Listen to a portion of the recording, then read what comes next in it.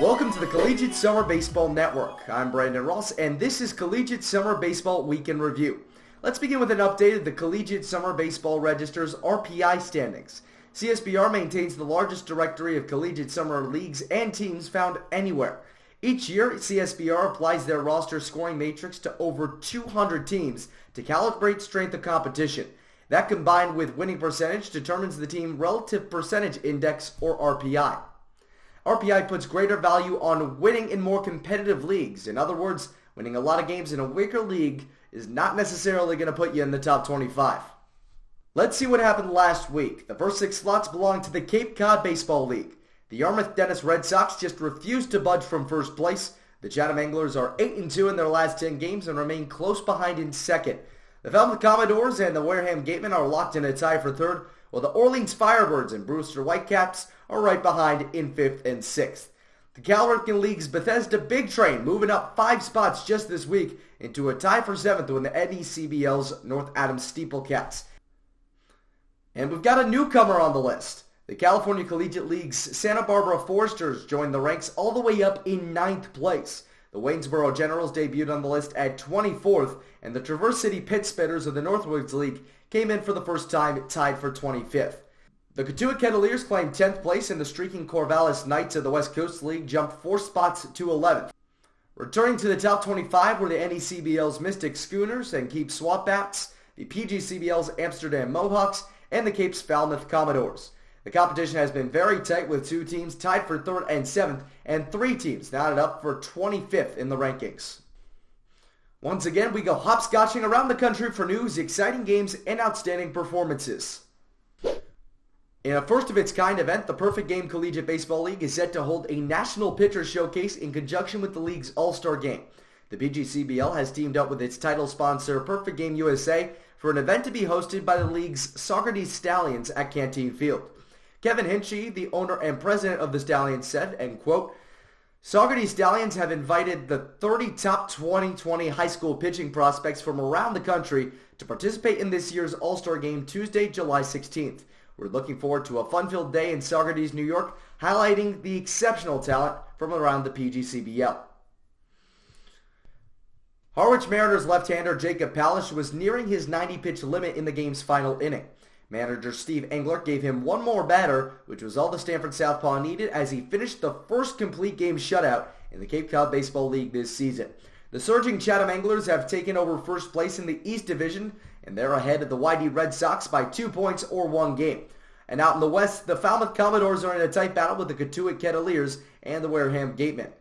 Recent American Baseball Coaches Association Hall of Fame inductee Scott Pickler has hit another milestone. The manager of the Yarmouth-Dennis Red Sox won his 500th Cape League game in a 9-5 victory over the Orleans Firebirds.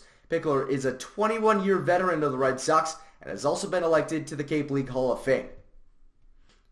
This may seem unbelievable, but the Strasburg Express of the Valley Baseball League tossed the team's second combined no-hitter this season in a 9-0 win over the Winchester Royals. The Express staff also no-hit the Front Royal Cardinals on June 21st for the first no-no in team history. Redshirt freshman starter Cole McMillan of San Jacinto College got the win with 6 innings, marred only by a pair of walks.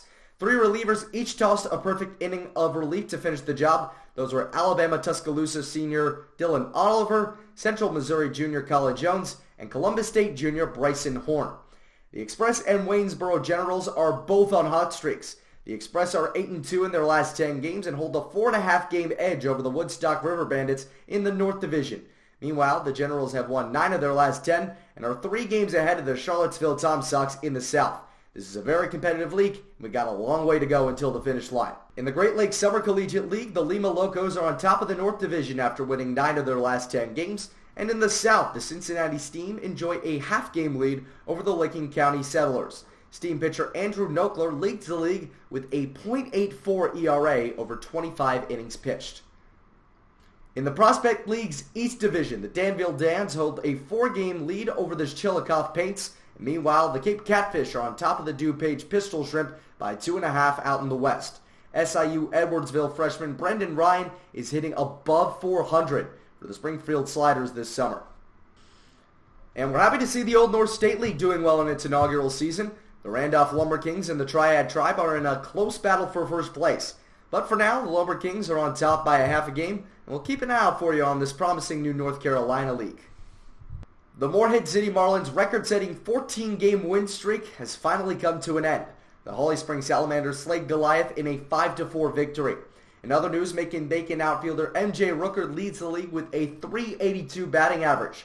The Middle Georgia State rising senior also boasts an on-base percentage of .484, and with 3 home runs, 8 doubles, and a triple, has a slugging percentage of .569.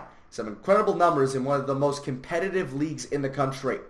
There are tight battles for the division lead in both the North and South divisions. In the North, the Wilson Tops are on top of the Edenton Steamers by a half game, and in the South, the Savannah Bananas hold the same slim margin over the Macon-Bacon.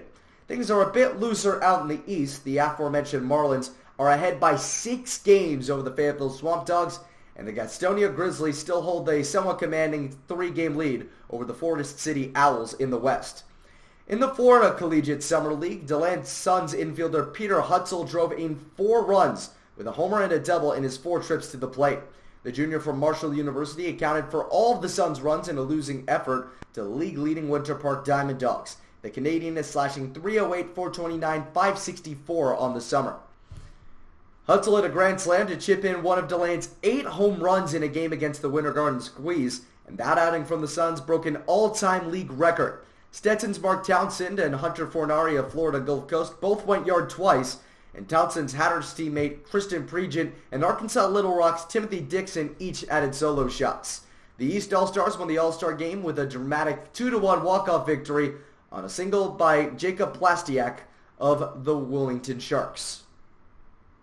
In America's largest state, the Anchorage Bucks and the Matsu Miners are locked in a tight race with only 1 game separating the 2 teams.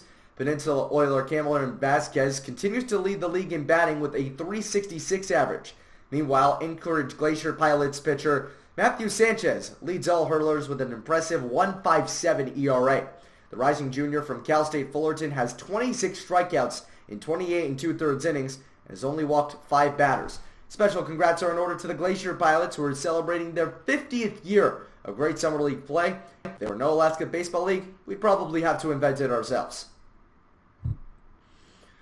And shout out to the Victoria HarbourCats for honoring the memory of Royal Canadian Mounted Police Constable Sarah Beckett, who was killed in the line of duty on April 5th, 2016.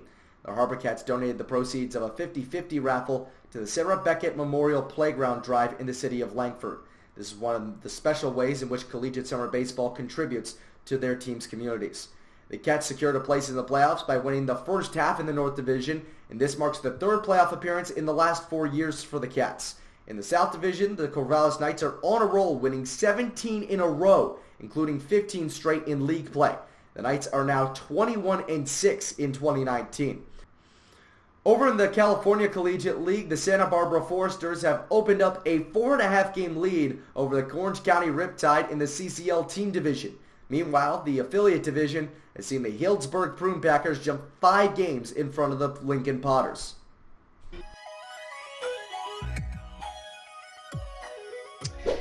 We're always interested in what you're thinking. So we asked, and you answered. Here are the results of this week's poll.